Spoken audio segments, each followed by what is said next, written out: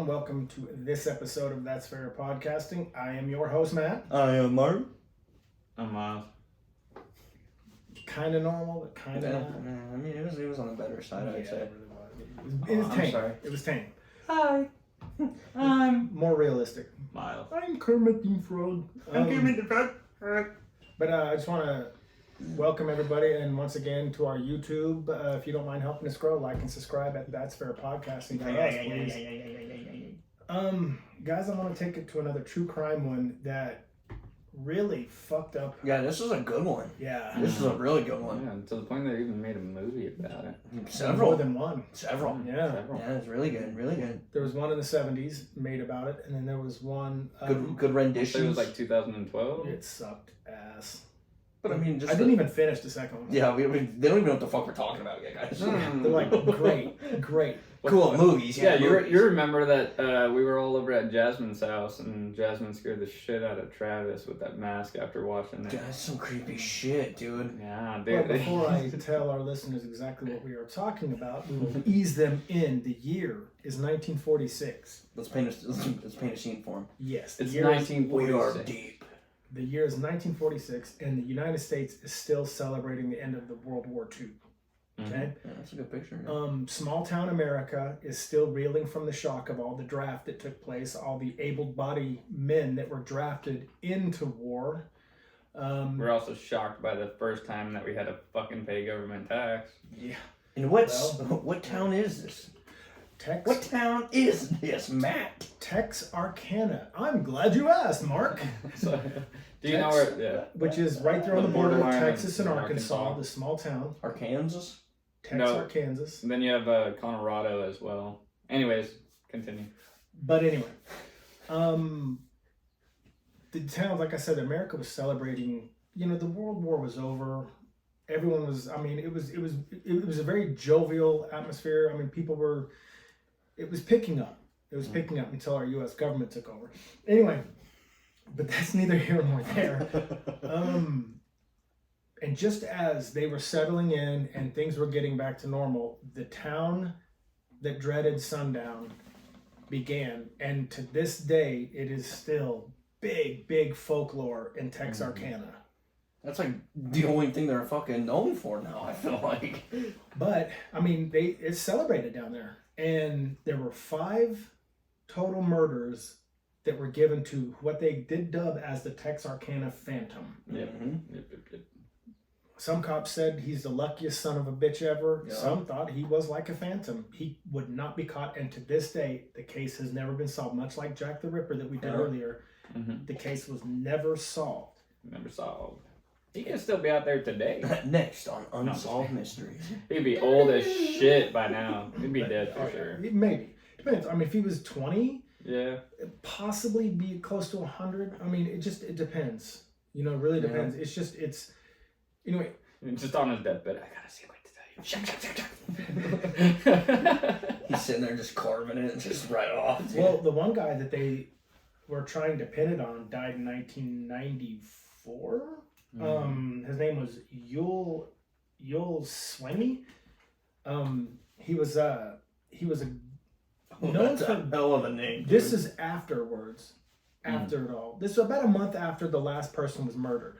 Okay. That they caught the guy. He was known for smaller petty crimes like Grand Theft Auto, and it was believed that the killer was actually in stolen cars too. And his wife Peggy, is this Sweeney? Yeah, Sweeney. Yeah. Anyway, That's unfortunate, dude. yeah, his parents never gave him a fucking Yule? chance. I mean, Yule. His middle name was Tide. Yes, sir. You'll tide? It really wasn't. Anyway, but we'll start with a guy named Jimmy Hollis and Mary Jean LeRae. And they were the first ones attacked. It was the evening of February 26th, 1946.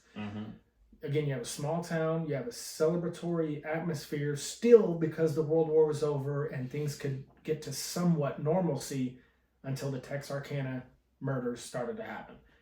And on February 26th, they were attacked. They went to what was called Lover's Lane. And this again, this is way before like Netflix. Mhm. There was no Netflix and chill. It was drive up, look at the moon, and touch my partner. And back then they're My like partner.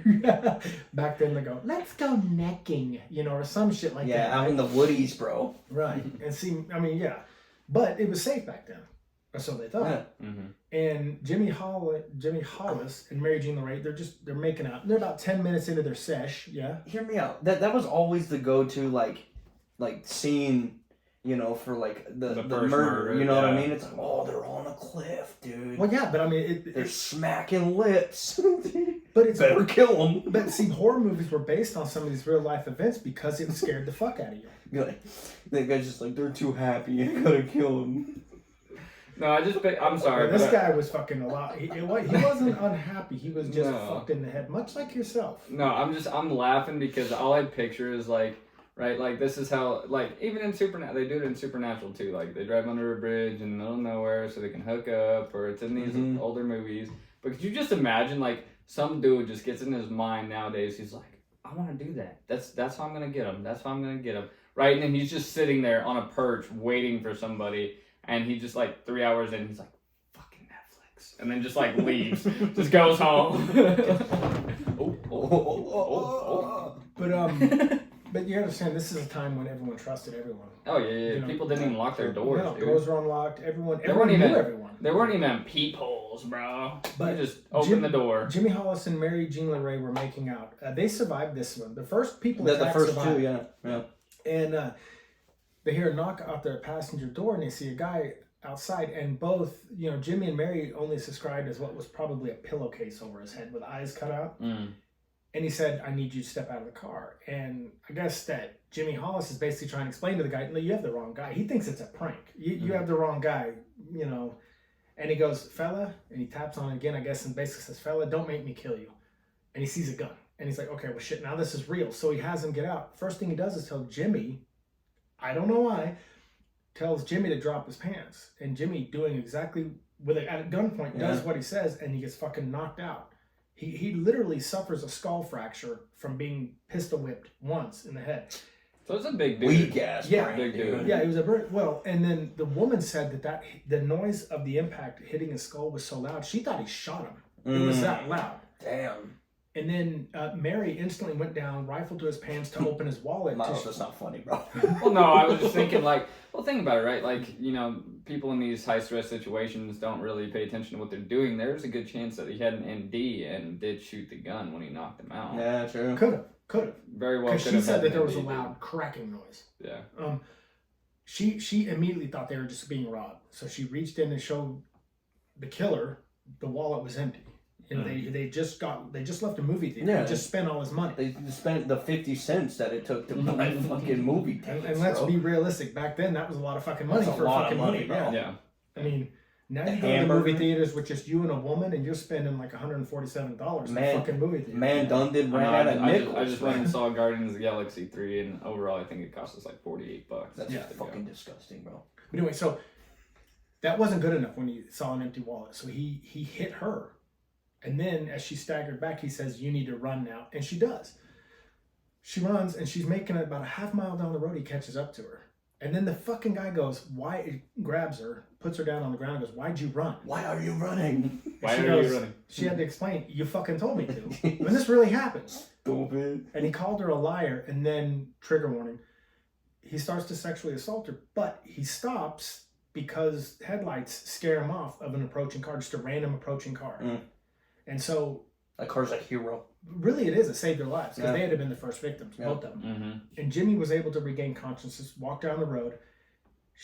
Mary Jean, was able to find someone, and then... Fucking nasty headache, though. Oh, well, no, like I said, he was staggering because his skull was fractured. And they saw him on the road. Some people drove by, but you're not going to pick up someone that looks like that. So they drove past him, but they called the cops immediately when they hit a funeral home a few miles down the road. There was a payphone there, and then they were able to be picked up. Now, here's the deal.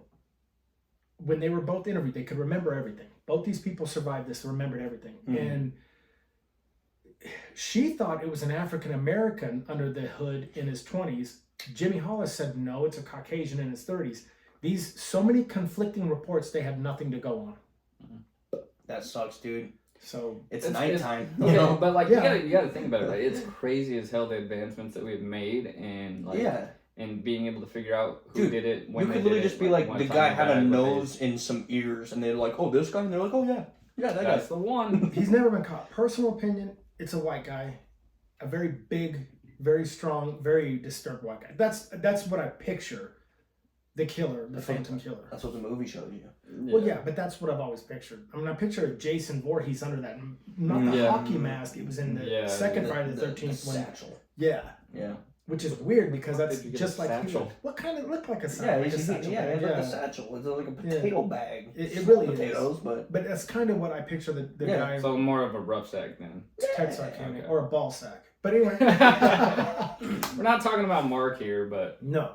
So anyway, that's the first one, and then that was February 26th. Well, just under a month later, March 24th, it actually happened. There was a guy named Rich Road was discovered at Lover's Lane. I guess he was a guy named Rich. I think it was Rich was his name. He was driving, and it was the next morning. It was in the early, but the sun was up. He sees his car, and he's thinking, he sees the driver slumped over the steering wheel, holding on the wheel. Well, it looked like he was asleep from the vantage point that he was walking up to the car, right? Yeah. But then he started to see blood and realized bullet holes were in it. So this guy, Richard Griffin, who was 29, and his girlfriend, Polly Ann Moore, she was 17. Weird age difference. Yeah. Yeah. Statutory. But I guess people on both sides didn't have a problem with it. They were a good couple. Consensual. Yes. But anyway, Rich discovered Still only one cure for that. He was shot 3 times in the back of the head. And that's a it. good Couldn't have played that any better. Execution style, it says. And Polly Ann Moore was shot once in the head. They ended up taking her to the morgue before they could identify to see if she was assaulted or not from a sexual standpoint. Okay, so they were never able to pin a sexual assault on her because they embalmed her and did all the things they needed to do before they even did that investigation. Anyway, long story short, these two were sorely missed in the community because they were a very loved couple, despite the age difference. Yeah. As weird as that is. I mean, if I'm a dad and my 17-year-old's dating a 29-year-old, maybe that boyfriend is found slumped over the wheel. Yeah. You know what I mean? Yep. See, now that's, I mean, I understand, and I'm not trying to justify it in any way, but today's standpoint on that kind of stuff is way different than it was back then. Yeah, sure. I mean, you got to think about it, right? It For is. the longest period of time, people didn't live past like 40. So, like, people were getting married at like 13. Yeah. Mhm. Sure. Yeah. I mean, this is the so, 40s, so it's not. Yeah, I know You it's know. not that far off, but it was still like it wasn't frowned upon either. But it does as make you much. wonder why a 29-year-old can't find someone his own age. Yeah. Well, he's, I mean- you know, yeah, he's probably a little weird guy. Yeah. Probably a strange guy. He looked weird. His picture, I could see it in my head. He looked weird. Are you going to look him up? You should. That guy? Yeah, doesn't he look a little... Was he? He looks creepy. A little funky guy. Yeah. Oh, he was in the Navy. Yeah, he checks served. out. I mean, and thank you. And by the way, rest in peace to all these people that lost their lives, unfortunately, and may peace be with them now. But anyway, And with you. and by you. Anyway, Anyways. and then less than a month later, he strikes again. Hmm. This one was a little different, though. On April 14th, Mr. and Miss G.H. Weaver were driving with their son. They had a small son in the back seat. And they're driving, and they see a dead body on the side of the road named Paul Martin. Now, they could tell that he was shot. He had been shot. Oh, he's big slumped, dude. Jesus. Yeah, and he was shot 4 times. Oh, Yeah. damn. They ended up finding him. He was shot 4 times, and he that night before was trying to pick up, I think it was his girlfriend named Betty Jo Booker, and she was she played saxophone in a band at a dance, and I love me a good saxophone. yeah, well, God. he was supposed to take her home. They didn't make it, obviously. Yeah. Her body was found a couple of miles away. She had been sexually assaulted and shot in the head and chest. And they were able to find her body a couple miles away while he was on the side of the road. And they were able to find out that Paul Martin actually was the first one to actually be able to successfully fight the attacker off a little bit. I mean, I say successfully, as successful as he could have been in that situation. They say Unsuccessfully. They say successful. They say the best thing to do in a situation, like nowadays, anyways, thanks to like modern technology with DNA mapping and stuff like that. They say the best thing to do if you know for sure you're gonna lose is scratch the shit out of them. Scratch them so they can get the DNA out of your fingernail. Definitely, and women are so fucking good at that, and that's good. I mean, they should, because it's like they're calling from the grave. Like even if they get, trigger warning, murdered, that's their revenge from the grave, and good on them. If you can, if you're ever in a situation like that, immediately go to knock their equilibrium, hit them in the temples, or go for the eyes, or just a nice solid blow straight to the Adam's apple on a male will put them out pretty quick. I mean, let's be real. Yeah, when's the last time you got throat punched, dude? It's not great. Well, it's no, not. but I mean, I'm not saying I haven't. But like, it can't be fun. If you take both of your palms and shove them into either their ears or into their temples as hard as you can. You gotta Sherlock Holmes that shit, dude. Yeah, you can knock off their equilibrium, then go for their Adam's apple. Adam's apples are surprisingly easy to rip out. Well, yeah, but how the fuck, Myles? So there was this fighting technique that they used to use during these time periods where hand-to-hand combat was very common. So they would strike walls with their fingertips until their fingertips became broken, to the point where their fingertips could literally just puncture your skin and they could rip out your Adam's apple. The Shaolin monks toughen their fingers up too. Yep. Can you do me a quick favor? Because I know that you have Google and you're kind of following along with me. There was the Texas Rangers got involved in this. There was a famous Texas Ranger, and I can't. What was his name? Something. He was a famous Texas Ranger, and he made this big promise that Presley. It was something Presley. No, he had a Hispanic last name. Let me see. It's hard. I have it written down. But anyway, he Oh, the Texas Ranger. Yeah, he promised he was going to stay until either the killer was apprehended or killed. And this guy was all talk. Oh, okay. He was famous Lone Wolf. Sorry, I'm spitting. They called him Lone Wolf, which I think Chuck Norris played a Lone Wolf McQuaid, kind of based off that character. Gotcha. But this guy was he was all about staying at the desk and taking credit for any evidence found. Yeah, I did this, even though he had no fucking hand in it. This guy was a complete joke. Law enforcement hated him. They couldn't even respect him. That's all it says is this, the Sheriff Presley. No, that's the sheriff. This is a Texas Ranger. He was like the head of the Texas Rangers. It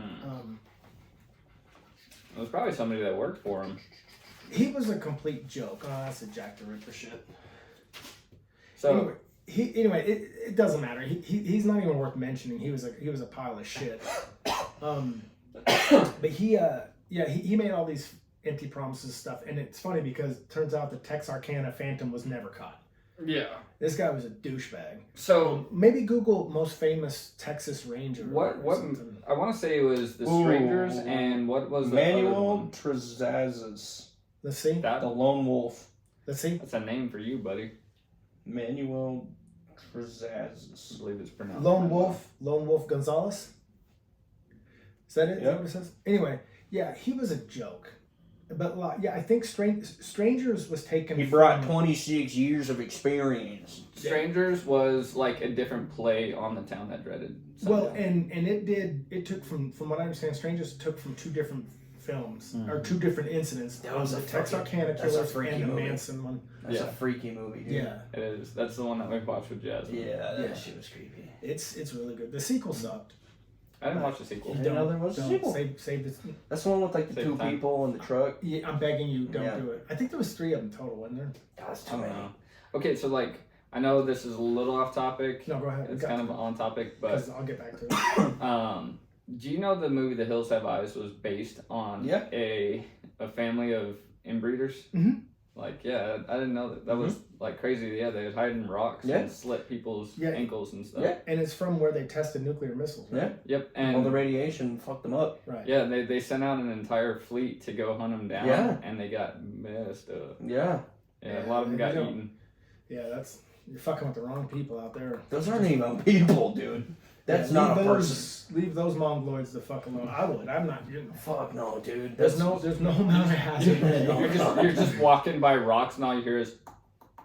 Yeah. Oh yeah, you can see that shit in the wrong turn too. Yeah. With Eliza Dushku. Yeah. Yeah, gross. That's what I'm saying, dude. No. I'm Your saying Achilles gross. is Like, gone, bro. You're oh, not going dude. nowhere. You going nowhere. Spider-Man reference. Anyway, yeah. But yeah, that was the April 14th attacks. And then here's the really fucked up one. This one is still questioned to this day if it had to do with the Texarkana Phantom or Copycat. But May 3rd, the last known killing, and it's ultimately pinned on the Phantom.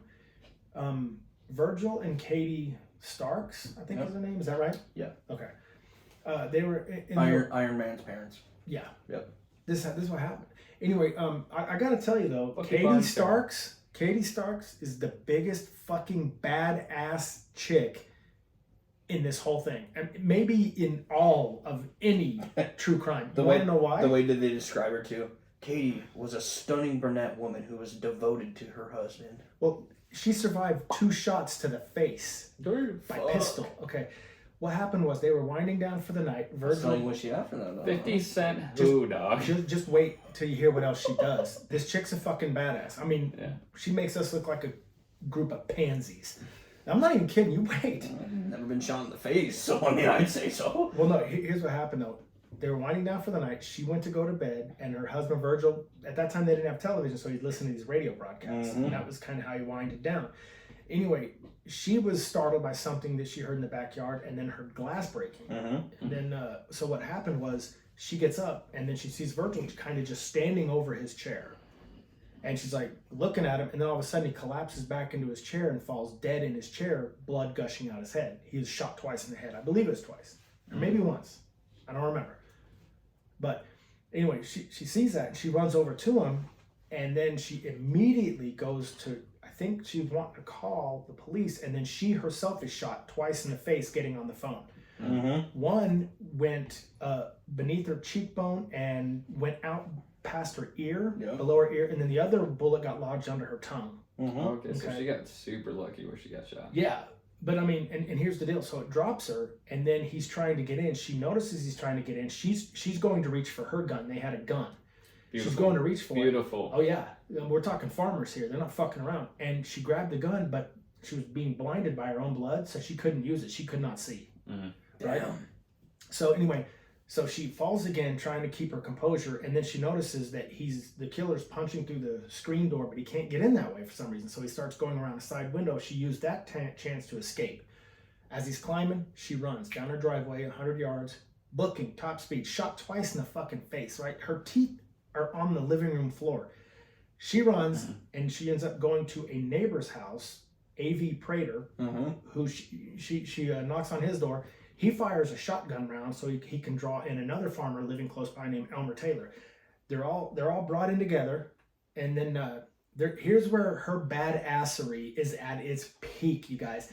They put her in a car and they take her to the hospital. She never fucking loses consciousness. God damn. But here, get this. She reaches into her mouth where her teeth are fucked up, pulls out a gold tooth, rips it from her injury, and gives it to Elmer Taylor, saying, "This is payment for taking me to the fucking hospital." What a fucking pimp. That chick would have whipped this killer's ass. In 100%. I'm telling you, man. Oh, dude, yeah. 100%. What's her name? Katie Stark, dude? Yeah. Shout out Katie Stark. Yeah, absolute shout out to Katie Stark. Rest in peace, Virgil. Katie Starks, you're fucking Supergirl. I don't give a fuck. Yeah, dude, she built different. Dude. Jeez. I mean, she fucking pulls her. I'm sorry, but there. You just, you don't fuck with country people. I mean, how loose was that tooth, though? You know what I mean? Well, no, it doesn't matter. She's pulling it out of her fucking mouth. She's reaching in where her jaw was shattered. Yeah. Mark, you just got shot twice in the face. You gonna rip a tooth out of your Fuck mouth? No, you're bawling like a bitch. I am too. Not her though. She instantly thinks about paying Elmer Taylor for the ride to the hospital by ripping her fucking gold tooth out. And I'm like, okay, this chick needs. I wish I was related to her. I really do. She was just chewing on bullets and was like, oh, you know what? I got a gold tooth. Hold up. But I mean, I forgot my purse at home. I bet Virgil before his untimely death is probably going, God damn, I ain't messing with this chick. I mean, she's a pimp. I think if they could have caught this fucking guy and she was completely healed, I would have put those two alone in a fucking room together. Give her a bat. Give him, I don't know, a napkin. to fight with. And that's what they get to fight with. Dude, she'd probably look at the bat and be like, "You're gonna need that." Yeah, so one more time, shout out to Katie Starks for sure. Jeez, what a pimp. Yeah, I mean, she to me, if I'm the killer and I shot someone twice in the face and she didn't go down, I now feel hunted. You know what I mean? literally. Yeah. For real. It might have been why that was his last kill. He's like, okay, I fucked around with the wrong people. Mm-hmm. I mean, yeah, like the cops ultimately got back to the Stark house. She had went to get him a heating blanket, and his chair was on fire at that point in time. They were able to extinguish it and save the house. But long story short, that was a survivor. But later on, there had been a guy named H.B. Tennyson who had committed suicide by cyanide pill. And in his death note claimed to be the killer, but they knew he wasn't because he didn't fit the actual physical description, and his whereabouts during the killings were far away. I gotcha. And then I told you about that Yule guy. He wanted to. It's always crazy because like these people don't know the killer usually. You know what I mean? Yeah. So the fact that they just want to be known. Is what it is, Right. They want to be. be. So that's exactly what I was about to say. Is the guy that claimed to be the killer probably had a very lackluster life and wanted to go out with people remembering his name. Which, granted, even if he was proved not to be the killer, we still remember his name because he claimed to be the killer. Yeah. So his name is still going to go down in history as claiming to be the killer, but he's not. I think even on my deathbed, I don't want that title just because I got my ass in check by Katie Starks. Oh shit, dude. I mean, that's enough for make me like, yeah, and we can it's see not even worth it at that point. Yeah, that you can see why that was his last kill. He done fucked up. Yeah. But yeah, that one for the longest time, the folklore that surrounded that whole thing was just, my dad used to drive a semi truck. My dad still drives a semi. Does he? Yeah. Well, he drove for Blue Ridge. I think I mentioned this a couple times. He drove through Texarkana and stopped to fuel one night. This was in the 70s. This is, of course, 30 years afterwards, but they had never caught the killer. He said that whole atmosphere... Just fell off. He said the air was heavy. It was still creepy. And even to this day... could you imagine the night air? Yeah. Even to this day, it's still a little creepy. Yeah. I imagine 30 years. I mean, that guy could have been far gone by then. But the thing is like, fuck. Well, what if he's only in his 20s? He'd be in his 50s now and still very capable of doing it. Yeah. He's just the gas station attendant. Just comes out. You have to understand. Hope you filled up. Like the Ripper, the Phantom was never caught. And I feel like they always give these really extravagant names to the ones that have never been caught. Right? Like they get the coolest fucking names. Yeah. But it keeps the fear alive and it keeps newspapers selling. Yeah. Like you got to think about 30 it. Right? years later, Texarkana killer never found. Like it sticks. Like they gave him the Phantom Killer, right? Ghost, right? Can't be seen. Jack the Ripper. The Ripper is the Grim Reaper. Yeah. And Ripper also means the debowling of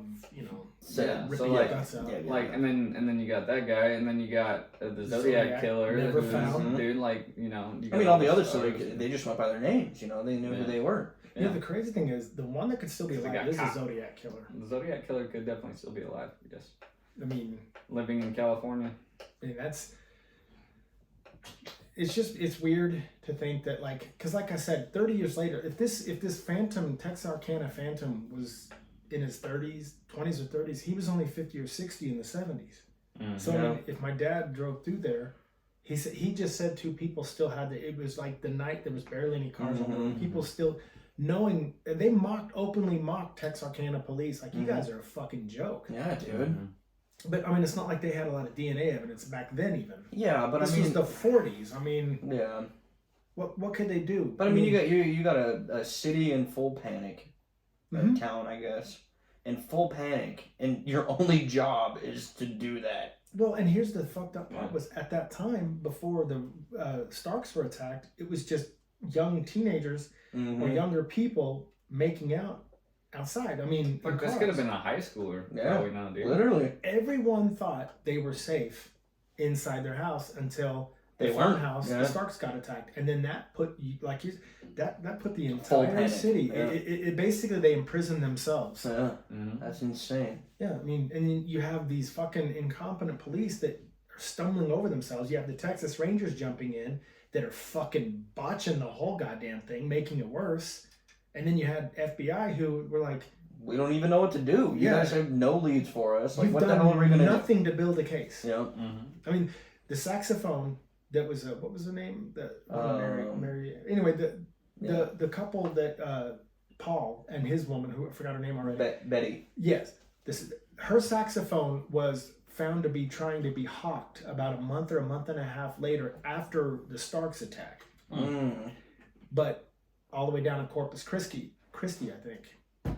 And anyway, the guy selling it was really, really nervous. And they're like, well, hold on, I got to talk to my manager. And they call police because they, It's like haunting something, Yeah, it's like, and this was huge still because they knew there was a missing saxophone from one of the murder victims. He was gone. He left. They end up apprehending him. It was that Yule guy, and like I said, his wife was claiming he was the killer. Yeah, and then all of a sudden her story started to collapse as time went by, and then started making it less and less credible. She just wanted him gone, dude. I think so.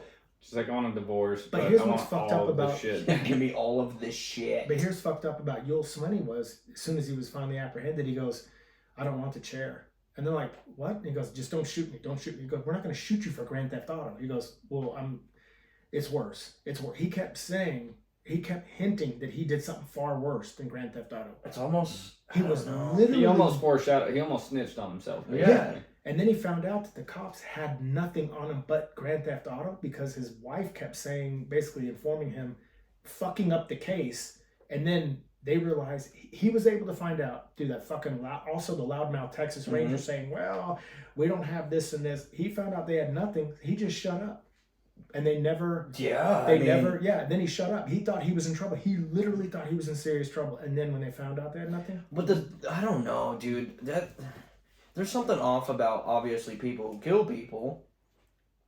But as much as the guy did or whoever it was, like, there's no way he's just going to snitch on himself at that point. You know what I mean? No. Like, some people do shit by accident. Okay, like Lester, the guy here, my dad actually worked with him. And our parts guy he used to work at Bob Scott.